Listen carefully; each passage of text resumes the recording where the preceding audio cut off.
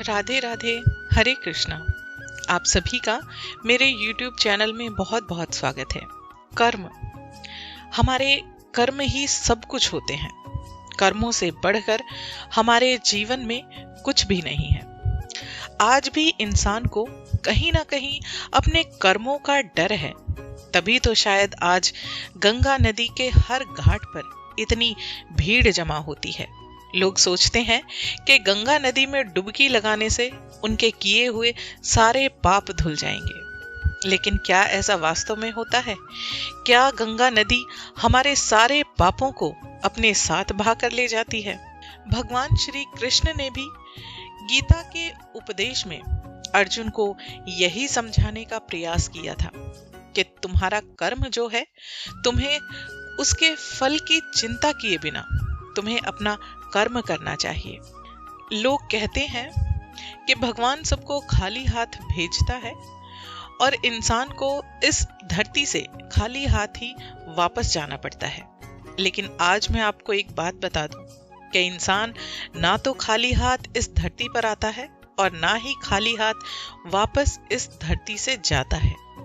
वो साथ में लेकर आता है अपने पिछले जन्मों से इकट्ठा किए हुए कर्म, पाप और पुण्य।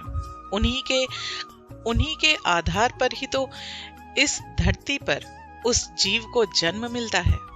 और जब इंसान यहाँ से जाता है तो भी वो अपने जीवन में किए हुए सभी पाप और पुण्यों की गठरी बांधकर अपने साथ लेकर जाता है, जिसका हिसाब उसे भगवान की अदालत में चुकाना पड़ता है। क्या आप जानते हैं कि आपके दो खाते होते हैं? एक आपका बैंक में खाता और दूसरा खाता होता है भगवान के बैंक में। बैंक वाला खाता कभी खाली भी हो सकता है, उसमें धन समाप्त भी हो सकता है, उसमें वृद्धि भी हो सकती है। लेकिन जो खाता ईश्वर के पास है, उसमें हिसाब किताब में कभी गलती नहीं होगी। जो भी आपके अच्छे कर्म हैं, वो ब्याज सहित आपको मिलेंगे, और जो आपके बुरे कर्म हैं, वो भी आपको ब्याज के सहित आपको जरूर मिलेंगे। उसके प्रारब्ध तो इंसान को काटने ही पड़ेंगे। चाहे कर्म कैसा भी हो, नियति उसका परिणाम हमारे सामने लाकर खड़ा जरूर करती है। इसलिए हमेशा कोशिश कीजिए कि जो खाता ईश्वर के पास है, उसमें सिर्फ अच्छे कर्म जमा हो। एक छोटा सा प्रसंग मैं आपको यहाँ पर सुनाना चाहूंगी। आशा करती हूँ कि आप उसे एक बार ध्यान से जरूर सुनिएगा और इसका अद्भुत प्रभाव आपके जीवन पर आपको जरूर देखने को मिलेगा। ये जो प्रसंग आज हमें जिन्होंने शेयर किया है, वो हैं झारखंड रांची के रहने वाले, जिनका घर का नाम विकी भी है। वो बताते हैं कि ये प्रसंग उनके दादाजी ने उन्हें सुनाया था। बहुत पुरानी बात है, करीबन 30 साल पहले एक पति पत्नी किसी काम से जा रहे थे। अपनी गाड़ी में थे, रास्ते में गाड़ी खराब हो गई और जहां गाड़ी खराब हुई वो बहुत घने जंगल का एक रास्ता था। वो लोग काफी डर गए थे इस घने जंगल को देखकर, क्योंकि उनके पास थोड़ा धन भी था। उन्होंने गहने भी पहने हुए थे, क्योंकि उस टाइम में लोगों के इतने बैंक में खाते नहीं हुआ करते थे। उस टाइम में लोग जब भी बाहर जाते थे, किसी भी फंक्शन में, किसी भी त्योहार में, तो अक्सर लोग गहने पहन कर जाते थे। वो सब लोग बहुत ही डरे और सहमे हुए थे। उन्हें ये बार बार ये ख्याल परेशान कर रहा था कि ना जाने इस घने जंगल में कौन किधर से आ जाए उनके सामने। तभी उन्हें अचानक एक आवाज सुनाई देती है। उन्हें ऐसा लगता है कि कुछ लोग चलकर उनकी तरफ बढ़ रहे हैं। वो सब लोग बहुत घबरा जाते हैं। सड़क से थोड़ा सा दूर वहां पर एक पुराना खंडर होता है। वो सोचते हैं कि हम गाड़ी यहीं छोड़कर उस खंडर में जाकर छुप जाते हैं। वो खंडर की तरफ जाते हैं, जो काफी पुराना खंडर था, उसमें कोई रहता नहीं था और वो बाहर से उसमें काफी मकड़ी के जाले लगे हुए होते हैं।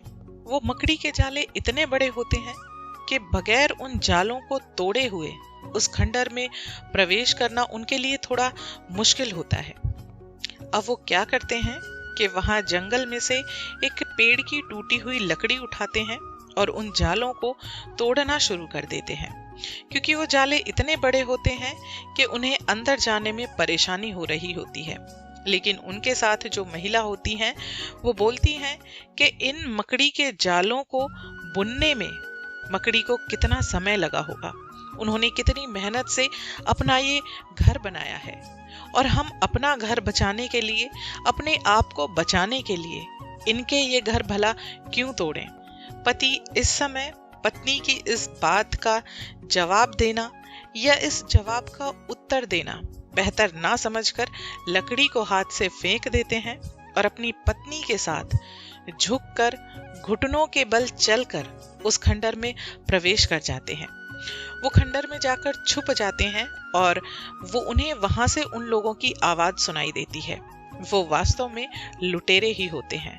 वो 4 लोग होते हैं और गाड़ी के पास आकर खड़े हो जाते हैं। वो आपस में बातें कर रहे होते हैं कि गाड़ी को छोड़कर भला कोई इंसान इधर उधर ऐसे ही क्यों चला जाएगा।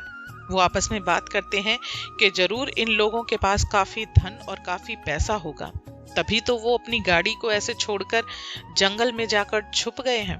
अगर उनके पास पैसा या धन नहीं होता तो कोई भी इंसान अपनी गाड़ी को ऐसे लावारिस छोड़कर नहीं जाता।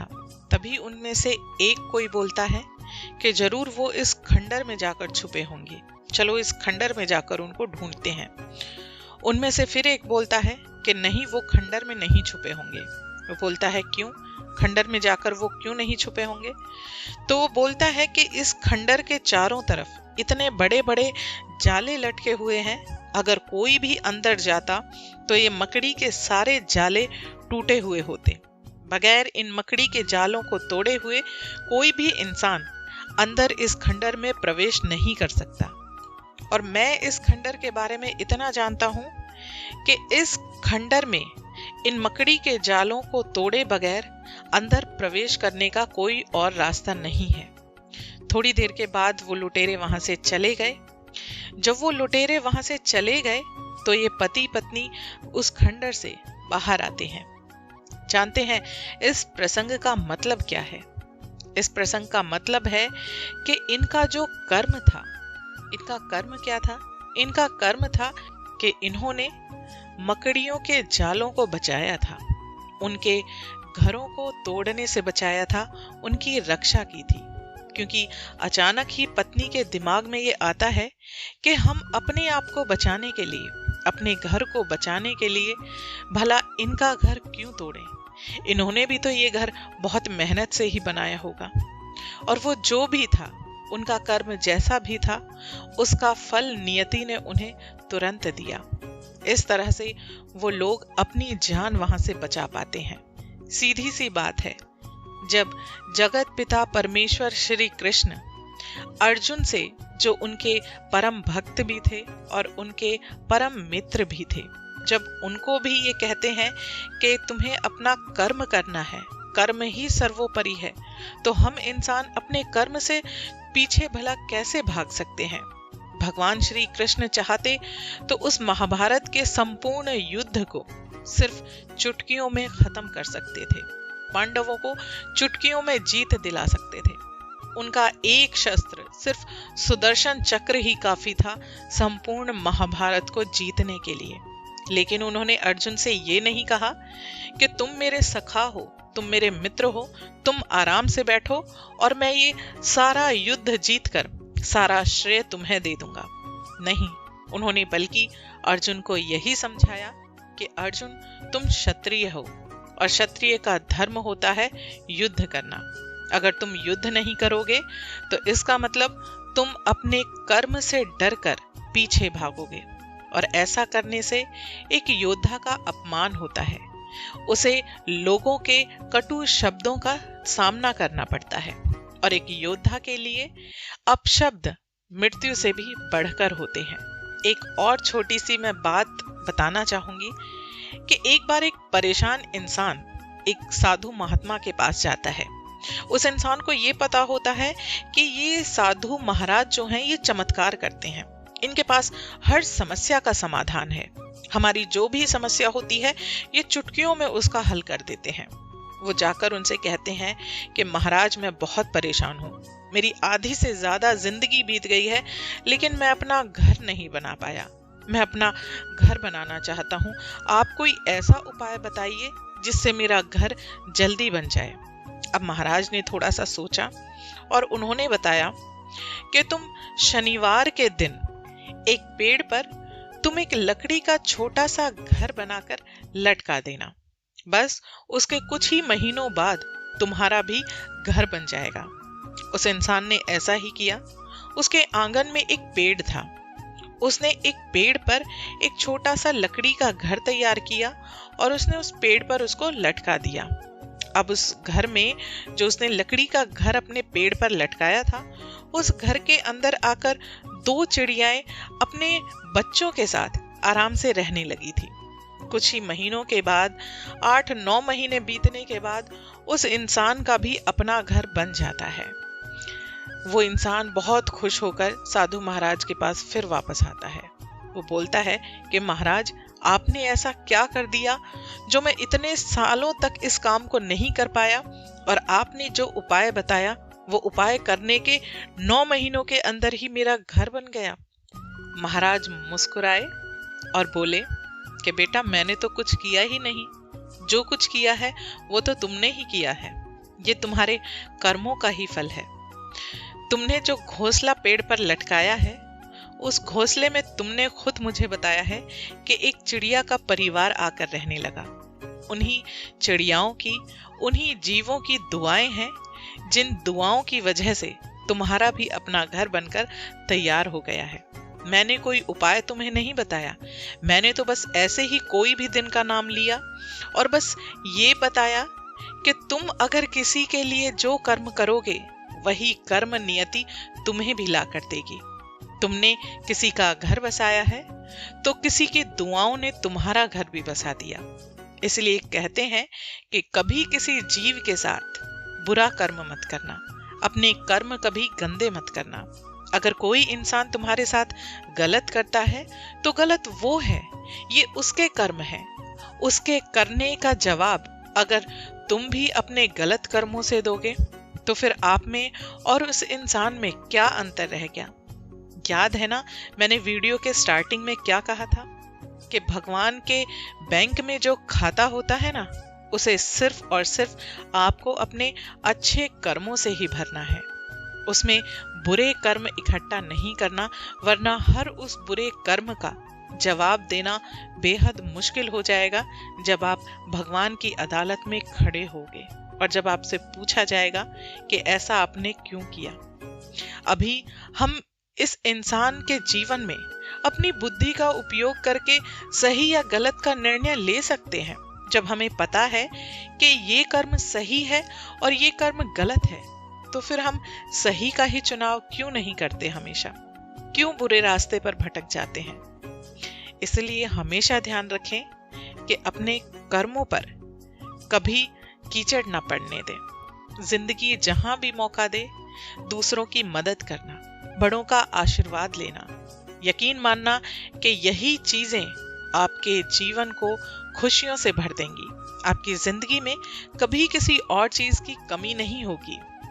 मैं आपको विश्वास दिलाती हूँ कि जब भी और जहां भी आप किसी दूसरे की मदद करते हैं, जाने या अनजाने में, वहीं उस वक्त तुम्हारे खाते में यह दर्ज हो जाता है कि जब भी भविष्य में आपके सामने कोई मुसीबत आएगी तो तुम्हारा भी कोई ना कोई मददगार जरूर तुम्हारे सामने आएगा, चाहे वो किसी भी रूप में आए।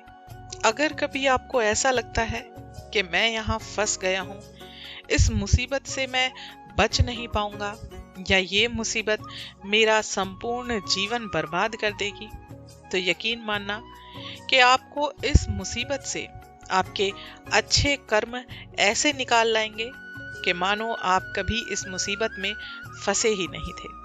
हम अगर ऐसा तभी होगा जब आपके कर्म अच्छे होंगे, आपने अपने खाते में अच्छे कर्म जमा किए होंगे।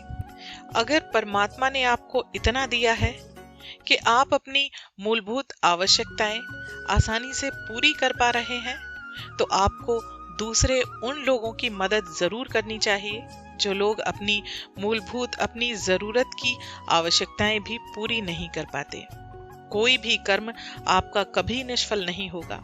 आने वाले समय में आपको अपने आप पता लग जाएगा कि आप किस मुसीबत से बच गए। हमारे जीवन में बहुत सारी ऐसी घटनाएं होती हैं जहां हमें चुपचाप दुख से निकाल लिया जाता है। अचानक से कोई ऐसा उपाय होता है और हम उस परेशानी से बगैर किसी ज्यादा मुसीबत के वहां से बाहर आ जाते हैं। जीवन में छोटी छोटी घटनाएं ऐसी होती हैं जहां हम अपने आप को सुरक्षित महसूस करते हैं। ये जो अचानक से होता है ना, यही हमारे अच्छे कर्मों का, हमारे सत्कर्मों का फल होता है। कभी रास्ता भटक जाओ, कभी दुविधा में फंस जाओ, एक साधारण सा व्यक्ति आकर आपकी समस्या का हल कर देता है। जानते हो, ये साधारण सा जो व्यक्ति होता है ना, ये ईश्वर का रूप होता है, भगवान का सलाहकार होता है। भगवान की मर्जी से वो हमारे पास आता है हमारी मदद करने के लिए, और ये सिर्फ हमारे कर्मों की वजह से होता है। क्योंकि जब ईश्वर के खाते में हमारे अच्छे कर्म जमा होते हैं तो ईश्वर बहुत सारे लोगों को हमारे आसपास इसलिए लगा देते हैं कि हम किसी भी मुसीबत में ना पड़ें, कोई भी दुख हम तक ना पहुंच पाए। ईश्वर व्यक्ति के मन में बैठकर उसे आदेश देने लगते हैं कि चल बच्चे, इस दिशा में चल, ये दिशा या ये रास्ता तुझे आगे तरक्की और कामयाबी की तरफ लेता जाएगा। अपने कर्मों पर ध्यान दीजिए, खुश रहिए अपने लिए और अपनों के लिए। जीवन एक है, इसे खुशियों से दूसरों के साथ खुशियां बांट कर बिताइए। अपना ध्यान रखिए। राधे राधे, हरे कृष्णा।